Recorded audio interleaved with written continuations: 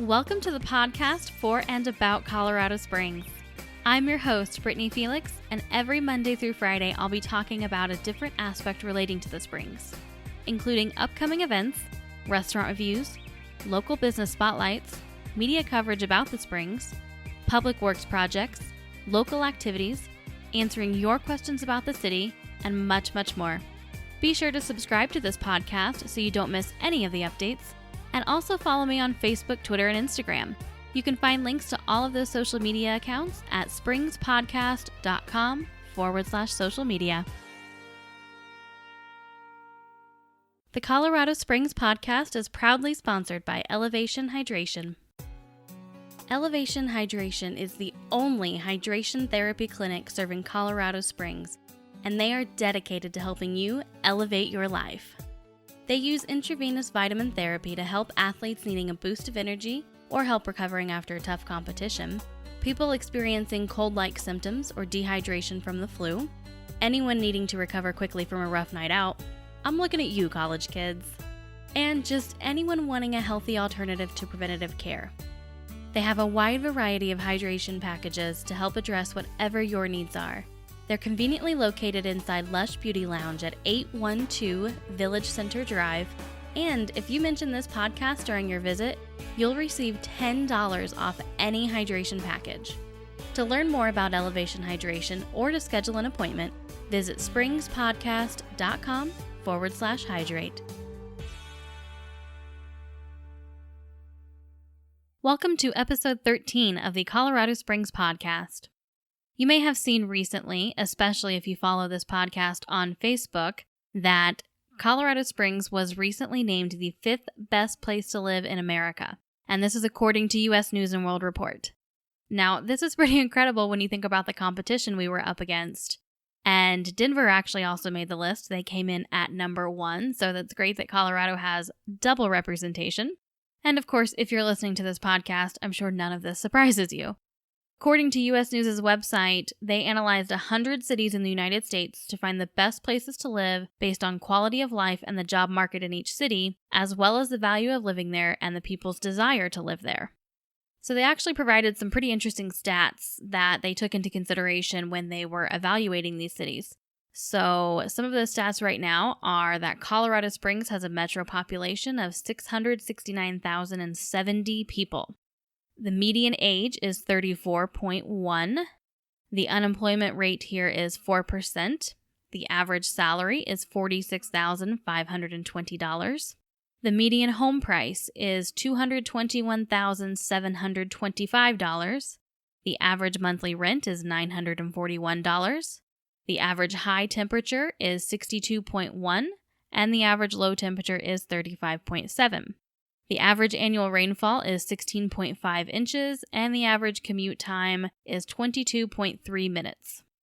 What I love about that information is that the majority of it, the temperatures, the rainfall, the commute time, the age, those are all pretty average ranges, which kind of sounds like a bad thing when you use the word average, at least in my mind anyways.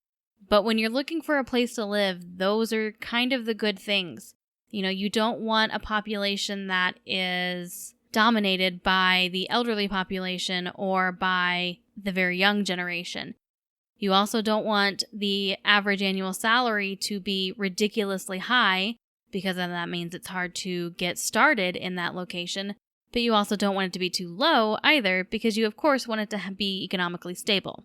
Average commute time is fantastic. That's one of my favorite things about this city. I always say that no matter where you're at, pretty much you can get anywhere you need to go within about 20 minutes, which is fantastic considering when I lived in Indianapolis, it took you 20 minutes to get to anywhere to do anything at least. You were not getting anywhere under 20 minutes pretty much, not unless it was just right down the street from you.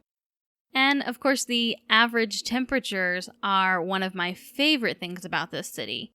Not really too hot, and it's never really too cold. I love our little microclimate that we have here. You know, I always say that the perfect weather is snow on the mountains, but none in the town. And more often than not, that is the case here in Colorado Springs. And that is why, even in the winter, I can still be happy and not get those winter blues like I did when I've lived in other locations. And they also took into consideration things like how to get around the city. And it says that Colorado Springs actually has one of the largest and fastest growing networks of bike lanes and paths in the entire country, which I'm sure doesn't come as a surprise to anybody. But it is nice to know that this is something that is being noticed elsewhere.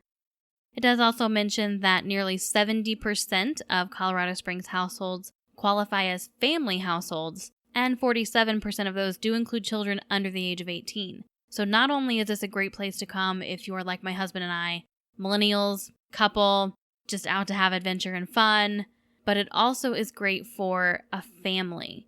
There are so many activities here to do, and that's evident by my Monday episodes where I talk about what's happening around the town during the week. But there really is a sense of community in this city, and that is exactly what you want when you're raising a family. You want that sense of community. It does break down the job market a little bit as well. And it says that professional, scientific, and technical services are the top industries here in Colorado Springs, which if you have a look at the job postings, that becomes apparent pretty quickly. And one thing that was especially interesting was the fact that 7 high schools here in Colorado Springs are recognized on U.S. News & World Report's Best High Schools of the United States. We do have a ratio of about 20 students to 1 teacher. And we do also have 3 colleges and universities, one of which has also earned a place on U.S. News & World Report's Best Colleges of the United States. And one thing to mention, the crime rates they used when evaluating Colorado Springs were actually the statistics taken from 2014, and it honestly kind of surprises me they ranked Colorado Springs so high on their list because we are actually higher than the national average in both violent crime and property crime. As of 2014, the rate was 385.8 violent crimes per 100,000 people in the city. And the property crime rate was 2,883.2 crimes per 100,000 people in the city. Again, this was back in 2014. I would need to do further research to find more recent statistics. Now, I do want to add to that by saying the violent crime rate is not that far above the national average, and there have been times in recent years where it's actually been below the national average, at times considerably lower. So, of course, that's going to fluctuate, and as the city continues to grow, those rates are going to change, hopefully for the better. So that's kind of a rundown of our city in a nutshell, according to the numbers and the statistics, and just why it has been named the 5th best place to live in the United States, which is something that I will proudly proclaim any day. And that's going to wrap it up for today. Thank you so much for joining me, and I will see you back here tomorrow for another restaurant review episode.